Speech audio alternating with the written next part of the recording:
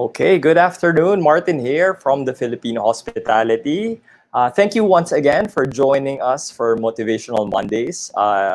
Every Mondays and Fridays, we have the UpSkill Live Learning Sessions where we discuss different topics. And last week, we actually discussed about entrepreneurship. No, most of our tourism professionals are in a rut right now because of what happened to the COVID-19 situation and its impact to tourism, no? And a lot of our tourism stakeholders are very much affected. So, highlight po natin no, na nabigyan po tayo ng opportunity to have with us guests. No? So we had a flight attendant, we have a travel agency, and we have an operations manager who works in a hotel to mention or to tell us what they did no during the lockdown, no, so how they were able to maximize their time, no, instead of umaasa na lang tayo sa gobyerno para sa ayuda, natulungan po nila yung kanilang mga sarili. Now, on last Friday naman, we discussed naman dun sa ating Free Day Fridays about transitioning from being an employee to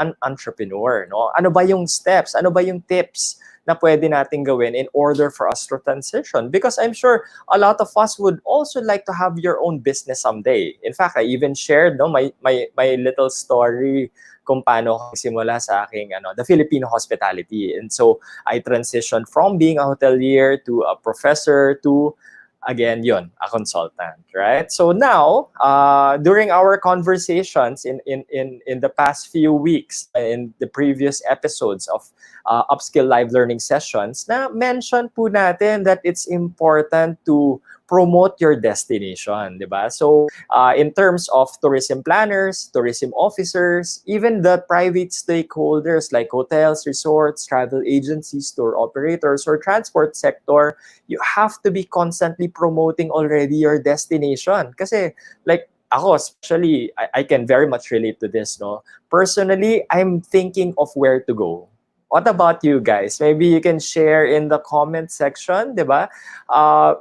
Where do you want to go, right? Because if you're thinking of a destination, you're probably asking, where's the next place to be, right? So, siguro yun yung isa sa mga kino-consider natin. Now, with the session today, with our episode, where I called it No Words Destination Marketing kasi it was inspired by this viral video that, a few years ago went, well, obviously viral, 'di ba? Sobrang ang daming shares and likes nung viral video na yun. Yung No Words, I'm sure some of you already saw that earlier, 'di ba? We posted it earlier in the Filipino Hospitality page.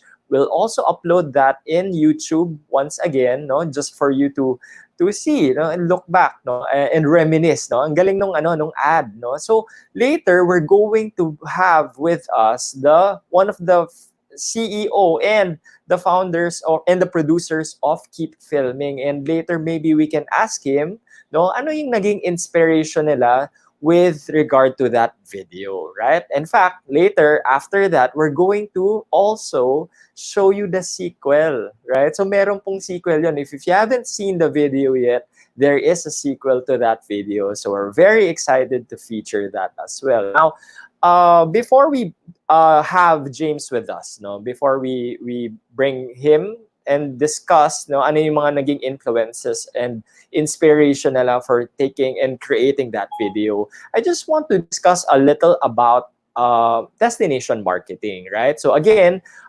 every Mondays we have the motivational Mondays where we start the week, right? No, start to have our creative juices flowing para for the rest of the week maging productive po tayo, right? So now, again, as mentioned, we're going to be discussing about destination marketing. So before we begin, I just want to share this. Sabi ni Sam Balter, he's actually the senior marketing manager of podcasts and HubSpot. Nothing sticks in your head better than a story. Stories can express the most complicated ideas in the most digestible ways, right? So pakinggan po natin, tignan po natin how this translates to what James will share with us. Kasi dun po sa kanilang ginawa, no, on how to promote Camiguin, nagkaroon po ng gandang kwento, no? Right? So later on, we'll share that, right? So before that, no, I just want to share with you a little about destination marketing. So alam naman po natin, destination marketing has been going around for a while, di ba? Marami pong nagde-discuss niyan. If you're a tourism student, you're a scholar and you've been hearing about this term, but really, how does it translate? Paano ba natin siya ginagawa, right?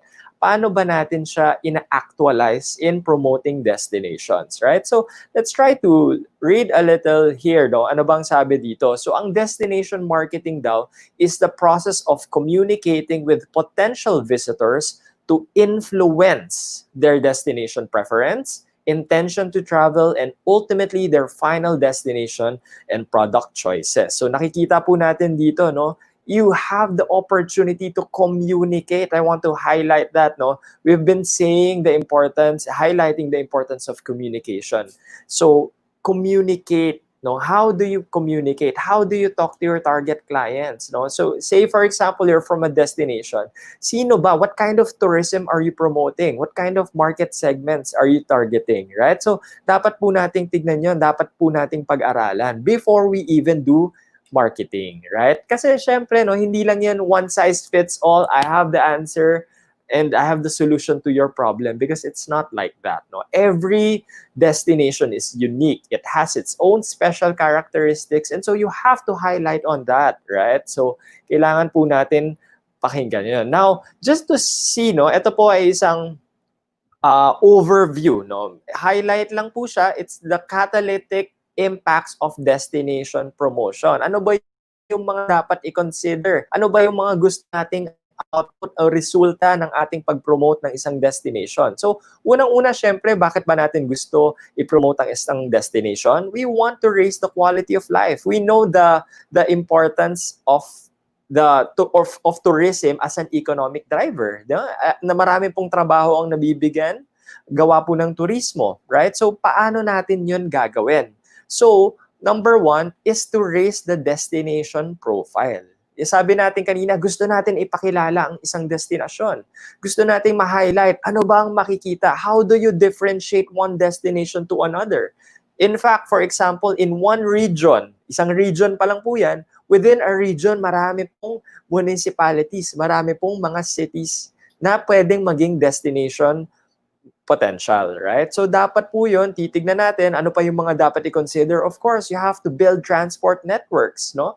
From your entry point, from your hub, paano ka papasok sa isang destination? Ano ang mga sasakyan mo? Paano ka pupunta? Right? So yung mga bagay na dapat nating i-consider. Now, attracting strategic events like, ayan, no? Lagi pong ginagawa ng ating mga tourism officer yan. Yan po yung mga usually pinagkakabisihan nila. Gumagawa sila ng mga events such as festivals, such as pageants, di ba? But again, just want to highlight, it's not just about those things. No? Marami pa pong ibang initiatives dapat to make promotion more sustainable, right? So we want to highlight on these things, right? So when you talk about destination marketing, there has to be a story. And I hope, no, ito pong visual representation na to, makita po natin upon our discussion with Mr. James and Keep Filming, right? So gusto natin maintindihan itong mga to. Ano ba yung ibig sabihin ng highlighting experiences?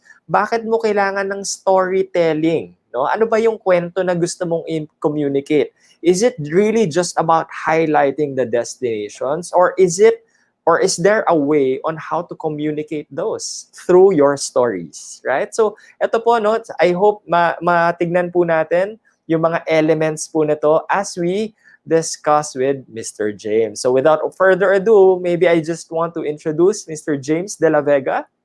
He's the CEO and one of the producers of Keep Filming. I'm sorry for the typo. Some of their notable works in 2018 include award-winning and internationally acclaimed indie film, The Eternity Between Seconds, mega viral music video, Buwan. Ito, medyo talagang sikat na sikat po yung Buwan, no? So sila po ang may kagagawan yan. Over 60 million views on YouTube. Can you imagine, right? So, Cream Silk's number 100 ultimate women, right? Influencer videos. And last but not the least, yung ating papanoodin po muli ngayon, ang Camigin's No Words Tourism video, which also became viral. Okay? So, without further ado, let's call on Mr. James. Diba? Tawagin natin si Mr. James to join us. Hi Hi, James. everyone. Hello, good afternoon po. Thank you for having Good me here, afternoon. Mr. Martin. Right.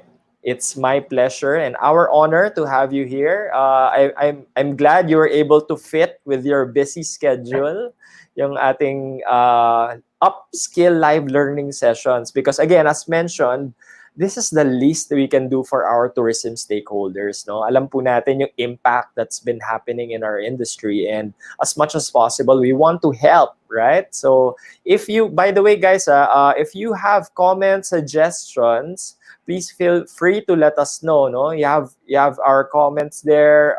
You have feedback. If you have comments, we'll feel free to type there in the comment section, and then we'll read it later for Mr. James. Right? So James, siguro before we start, baka meron tayong ilang mga viewers kasi na hindi pa napanood yung No No Words words. video. Yeah, so is it okay before we start talking about it, maybe we can share it with them first? Yeah, sige. Sige, Yes. so, all right. So let me pull out that video, no? So we can share, sorry. Let me just double check this. Okay. Okay, for a while.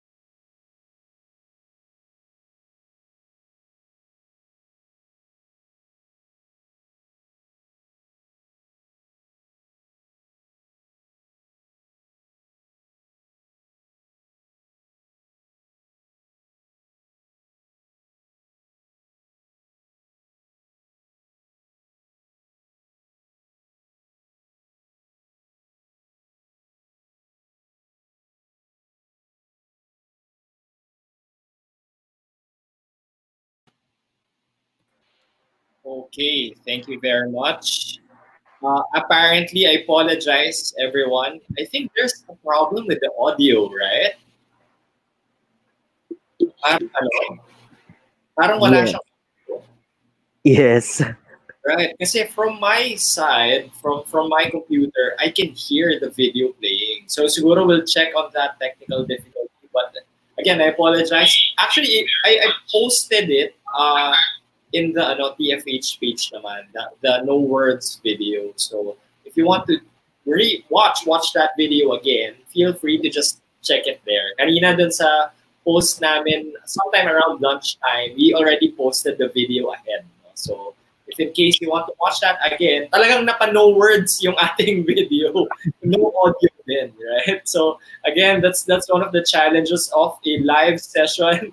We're dealing with technical difficulties right at the moment. So I apologize again for that. But again, maybe we can discuss, no? So siguro we already had the glimpse of the video, no? So nakita natin definitely ang ganda, no, na highlight po talaga yung yung destination itself, but not only that, katulad yung na-mention natin kanina about destination marketing. Nakita po natin doon yung elements, no, of the experiences of having a story, the storyteller being the guest itself. And I think for me that's very effective kasi experiential. But maybe we can hear it from the creator himself, no? Sir James, ano yung naging inspiration nyo dun sa paggawa nyo ng video? How did you come up with that concept? Yeah. Back in 2017, our team was commissioned by the province of Camiguin to make the promotional video for the province. We actually wanted to promote Camiguin as an island of everyone's imagination. So, a paradise, a place where locals are very welcoming, very warm, that whenever you see, whatever you experience, whatever you feel, you will definitely be left speechless, Right. having no words to describe the place. Kaya, yun yung ano namin, also, bilang ang focus namin is to promote the destination, we opted to choose, in terms of casting, we opted to choose talents that are not the usual talents na nakikita natin in any tourism videos. Right. Mm. Yun nga So parang parang usually kasi like in terms of tourism videos, laging highlight lang ng destination, no? Papasarahan lang. Tapos usually it's Caucasians or foreigners, di ba? Tapos talagang glimpse shot, puro mga ganun lang. Walang story, just good-looking people being highlighted in the picturesque landscapes. But here, iba yung naging approach nyo, di ba? Nagkaroon kayo ng kwento. Yes. Right? That's what we proposed. Parang, yun nga, tama kayo, sir. We said na to make it different from the rest of the tourism videos produced, we wanted to create a story, a narrative out of it. So, yun, meron kaming ginawang kwento, meron storyline for it. Right. So, nakakatuwa yung no? Yung irony ng character na sobrang daldal niya, di ba? Parang it was highlighted there in the video na sobrang dami niya sinasabi. Yet, di ba? Naging opposite niya yung tour guide kasi nga he's mute, di ba? But Yes, yes. siya yung napipi at the end, right? Yes, Kasi wala siyang sabi about her experience. Yes, that's the message we actually wanted to showcase na parang you will be left speechless. Like tulad nung yung si girl, yung tourist, sobrang ingay niya at first, di ba? And then all throughout her journey, pagdating dun sa dulo, natameme na lang siya. Kasi she was left speechless sa mga nangyaring magandang experience. Right. So, James, what do you think ngayon can destinations do? Like for example, they want to highlight naman their destinations in a different way. Ano yung mga pwede mong i-recommend sa kanila? If they are going to make videos now, sir? Mm-hmm. Okay. destination marketing initiatives? Mhm. Like, how can they better promote their destinations? For me right now, like for our tourism stakeholders, for if it's for the reopening of your business, for me, first is you have to assure your tourists or visitors that you are ready and fully equipped to accommodate them, implementing the health and safety protocols set by the government, like social distancing, sanitation, etc. You have to assure them that you are ready for the new normal. So, naalala ko lang po yung sinabi sa akin ni DOT Undersecretary Art Boncatos. He once told me that the currency for tourism moving forward will be trust. Right. So, and safety will make that happen. So, for me, if you are ready, then I recommend you start making promotional videos showing how you apply the new normal to your business for your clients to see.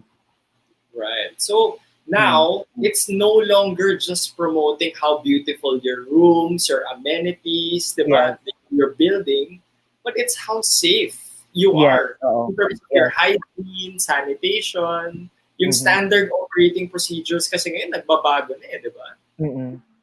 I think kasi like you have for those existing businesses, I think over the years you have already developed your credibility na maganda talaga yung place nyo, maganda yung service. But for now, what's important is you have to get their trust first. So, yun, in terms of showcasing the safe of how you implement the health and safety protocols in your business, through a video, I think mas mapapakampante natin sila Right. should they come and visit your business, your Right. place. That's right. No, in fact, I agree. No, James.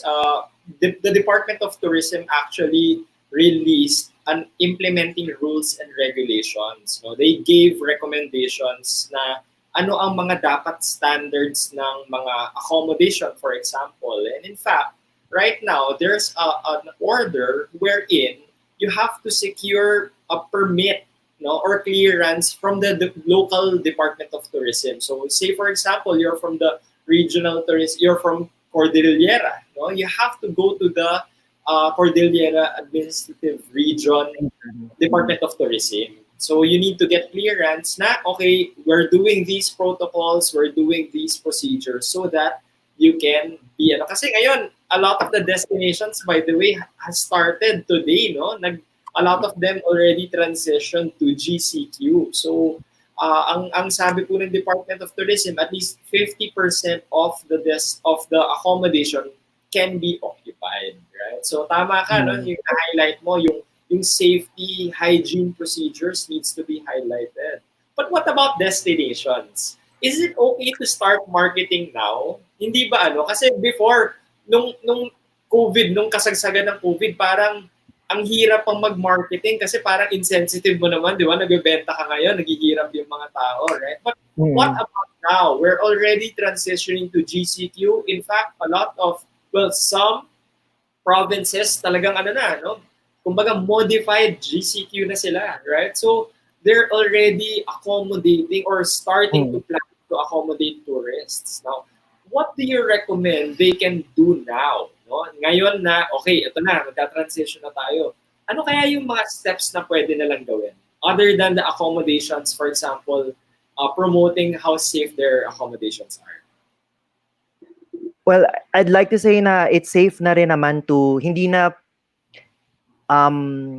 it's safe to say na it's okay to promote your destination now kasi nga nag-open na rin yung mga borders. Right. Okay na rin yung ano, unti-unti na rin na nag-open yung for air travel. So I think you just have to be aggressive na ngayon on marketing your place kasi what the businesses is trying to do now are trying to do now is to mainly to survive, Right. not to siguro gain profit na malaki. So yeah, be aggressive on how you market your place, show them how beautiful your destination is, show them how wonderful the people are. So, Yeah, gano'n, mga no? ganun. Yung Mhm. mga, yung mga pwedeng initiatives right now. All right. So, great. No? Thank you for that. And later, siguro, I think we won't be showing it through this platform kasi I think there's a challenge now with with the audio, video playing from outside. Kasi ang ginagawa lang natin, sinishare video lang natin. So, siguro later, ipapanood natin sa ating mga viewers through our Facebook, na lang din, channel, yung ating yung sequel, 'di ba? Merong Sequel. yung part 2 na yung Can you share a little siguro ano yung naging concept niyo naman dun sa dun sa sequel nung No Words? Yung No Strangers, bumalik yung tourist, yung girl, sa Alright. Camiguin. And then, si tour guide develops a crush on her. But then, si tourist announces her BF is also coming. Yung BF na yon, siya yung flaker na BF na hindi sumunod sa kanya dun sa No Words na video. Sa first, So, sa first video. And then, so parang si tour guide, nung narinig niya yun na parang sasama na pupunta na finally yung BF ko dito, despite being broken-hearted, si tour guide prepares a grand welcome and tour for Jamie. And Jamie's, for the tourist and her BF. Only to find out in the end that the tourist's BF is her flamboyant and baklang-baklang BF best friend. So, yun. The title of the video is No Strangers. So, coming from No Words, and also parang dun kami naglilin na sa mga pa-no na title. So, No Words, No Strangers. Well, again, Camiguin is an island home to hospitable Camiguinians. Being in a place na kagaya nga ng Camiguin, everyone is welcome. When whatever your race, ethnicity, size, sexual preference, you are a hashtag no stranger to the island. So makikita nyo doon makikita nyo doon sa video na may mamimit pa silang ibang tao. Right. Kaya siya yun, no strangers. May mga foreigners silang makakasama. When I was able to watch that video, ang galing napasok niya yung element ng may konting kilig pa, di ba? May mga ganong parang the viewers are able to really relate with the characters, and at the same time, yung no stranger, kasi that's part of the Filipino hospitality, di ba? Whenever we accommodate tourists or visitors or guests, parang pinaparamdam natin sa kanila na they're home away from home, right? Yes. The They are concept a family, parang ganun. Right. So they're family in essence, no, dun sa Yes. Great. All right. So we're very excited to watch that again.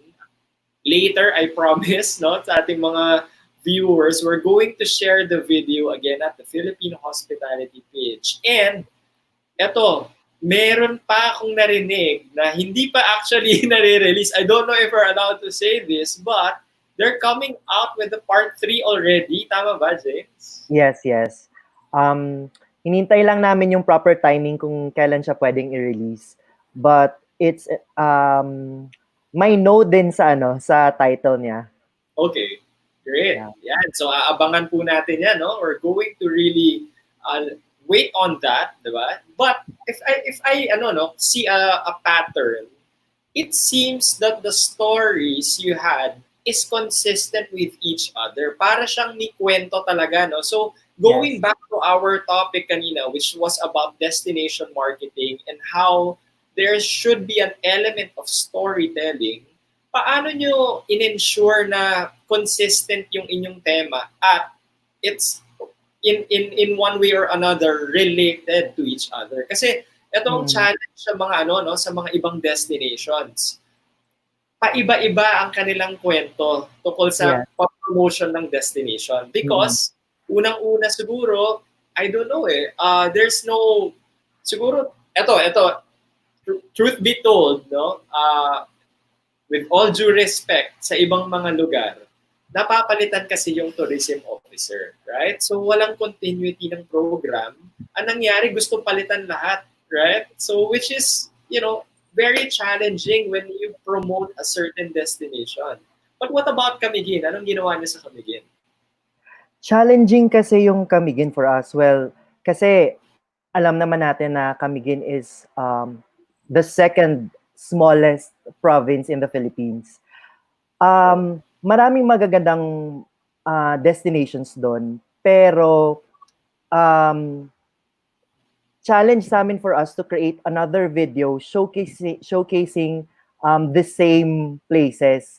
So Right. we opted to focus nga doon sa storyline na lang kasi kahit paulit-ulit na makikitang nagsiswimming siya sa White Island na nakita naman doon sa No Words, na makikita din sa No Strangers. But if you follow a certain story, somehow mapopromote mo pa rin yung yung lugar kahit aware ka na aware ka na nakita ko na to sa previous video, pero with another flavor or different story that you put to it, mukha siyang nagiging bago and na nabibigyan mo siya ng bagong experience yung viewers yun, new experience that you give to the viewers watching the video and encourage them as well to visit again the place. All right. Okay, thank you very much, Sir James. No? So, I You're agree, welcome. no? There has to be consistency. Kailangan talaga, no? Ang maganda, na connect niyo yun. And I think that's what we're going to be recommending to our tourism planners, right? So, if you're looking at promoting your destination, there has to be a general theme, right? And we recommend that you create a story kasi it's something that is easily relatable. It's something that, a lot of the storylines that we encountered appeal to the emotions, and I think that's more unforgettable when you do that, Yes. 'di ba? Yung mga medyo nag-trending, nag-viral na mga videos or mga sinishare na mga similar videos, kaya sila nagiging viral, kaya sila maraming nakaka-relate kasi it appeals to the emotions, Yes. right? So, Emotions. there you go. There you go. So, sige, thank you very much, Sir James, for joining us. And we're looking forward to maybe pagka na-release na natin yung last or third part nung ating Yes. Soon. series. Thank you, Sir Martin. Okay. Thank you, everyone. All right. Sige, my pleasure. All right, so there you have it. Thank you very much, Sir James de la Vega. So again, he is the founder and CEO of Keep Filming Productions, right? So, ayan po, no? Marami po tayong na-discuss about destination marketing, right? We realized that destination marketing is not easy, no? Hindi pala siya ganun kadali. No? Kailangan marami pong mga elements na dapat i-consider. So maybe we could just go back, no? Let me just share again yung ating video. PowerPoint that we discussed. Again, I apologize dun sa video kanina natin, parang wala pala talagang audio. No? We tried checking the video in our live stream in Facebook, and apparently yun, mukhang disconnect yung so we're gonna have to check that out. So, but again, the part 2 video, will be sharing it later once again. Okay? So there, just to highlight again, no, ito yung mga elements na tinignan natin kanina. Let me just share this again through the... Okay, there you go. So yan, nakikita natin, no, ilang mga elements of destination marketing. Right smack in the middle are the stories, no? It depends on how you're going to communicate your stories, diba? It can be experience, definitely, diba? Kung titignan natin, ano ba yung mga na-encounter ng ating mga turista, right? How do you develop experiences, no? How do you tell it? How do you communicate it, right?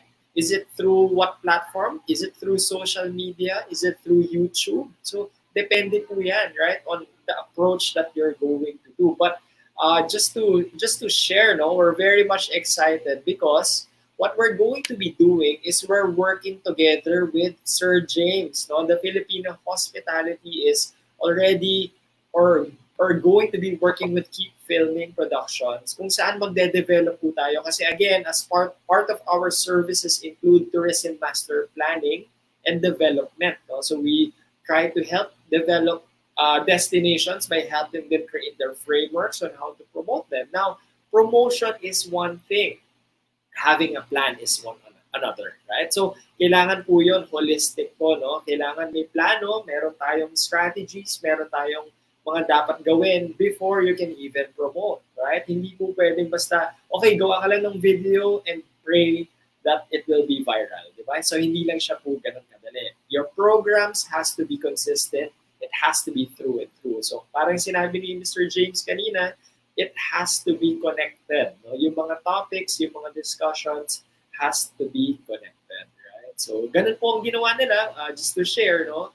Yung part 1, no? Yung no words, and later we'll post the no stranger, and then hopefully by next week, or we'll wait for their advice once na-release na. Pero ako, it was fortunate I was able to watch the part 3 already, pero of course, I won't spoil it for you.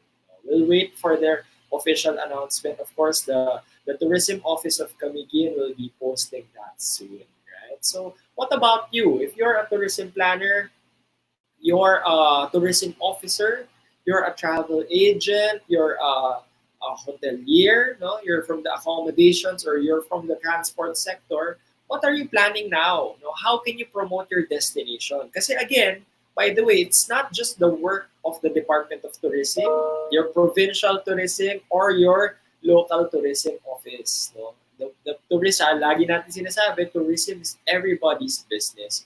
You have to help promote your destination. So the question is, ano ang ginagawa niyo right now? No? As people are now preparing to go on vacation once again. Diba sinasabi natin, wag muna, no, nakakatakot pa, baka lalong mag-spread yung ating COVID, no? Given that, yes, no, definitely we have to ensure health and safety protocols, right? But you cannot stop people from traveling. No? I think that's part of our innate desire, di ba? Parang, especially now, no, I think most of us sobrang batong-bato na sa kanilang mga bahay and they want to go out, they want to travel already. So how will you promote your destination? Ano kayang kwento ang pwedeng gawin? More than just highlighting, for example, your caves, your beautiful beaches, di ba?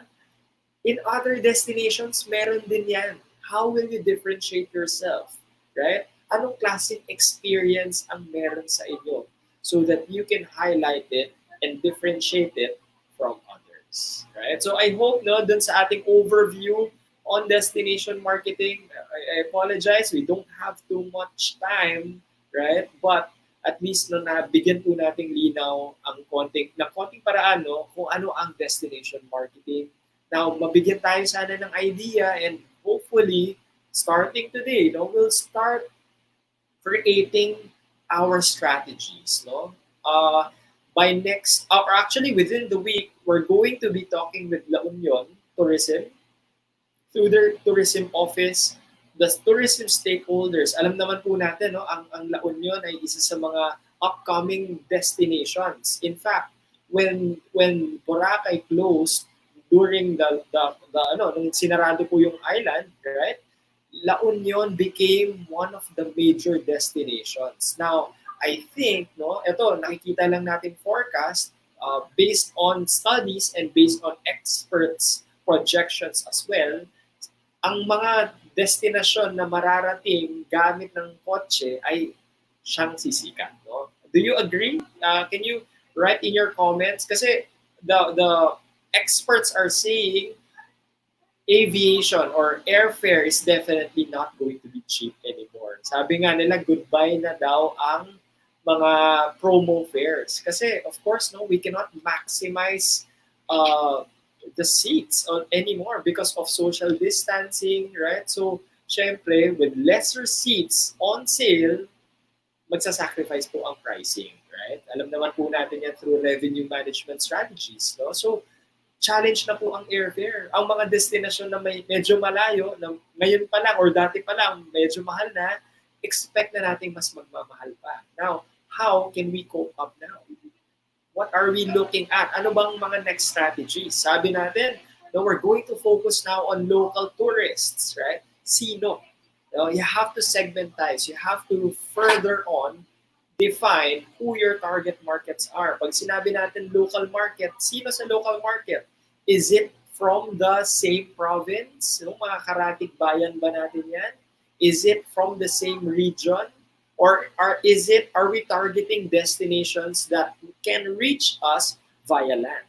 Kasi I think yun po yung isang challenge. Ang iba, ano pa bang ibang options in order for you to go to a destination? Via ship, no, or via land. No? Yung land transportation, you have buses, yes, no, but again, yung risk is still there. No?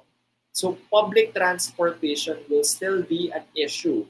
Will still have, some scare to it. No? But so, ang nakikita po natin ngayon, baka sumikat ngayon ang mga destinations kung saan pwede mong dalhin ng sarili mong kotse and you go with your family, you go with your friends, right? In the safety and comfort of your car, right? So, yun po nakikita natin. Now, La Union, this week, will have their business resiliency and tourism recovery planning. No? Kung saan kakausapin namin ang mga tourism stakeholders at tutulungan namin sila pagplano.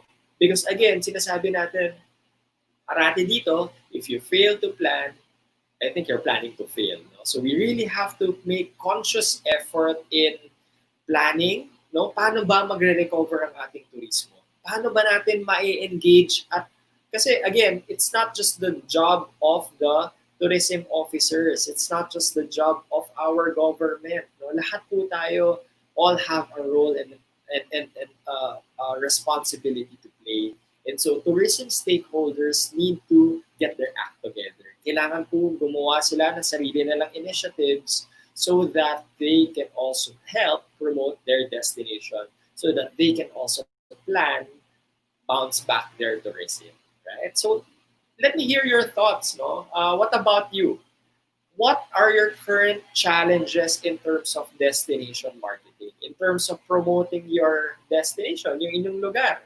No? Ano kayang improvement can you recommend so that the promotion of your destination can be better? No? Lagi natin kasi ganun, may tendency tayo mga Pilipino. Yung tourism office namin, wala masyadong initiatives in promoting our destination. But what about you? As a private stakeholder, what are you currently doing in terms of promoting your destination? Because again, we all have a role to play.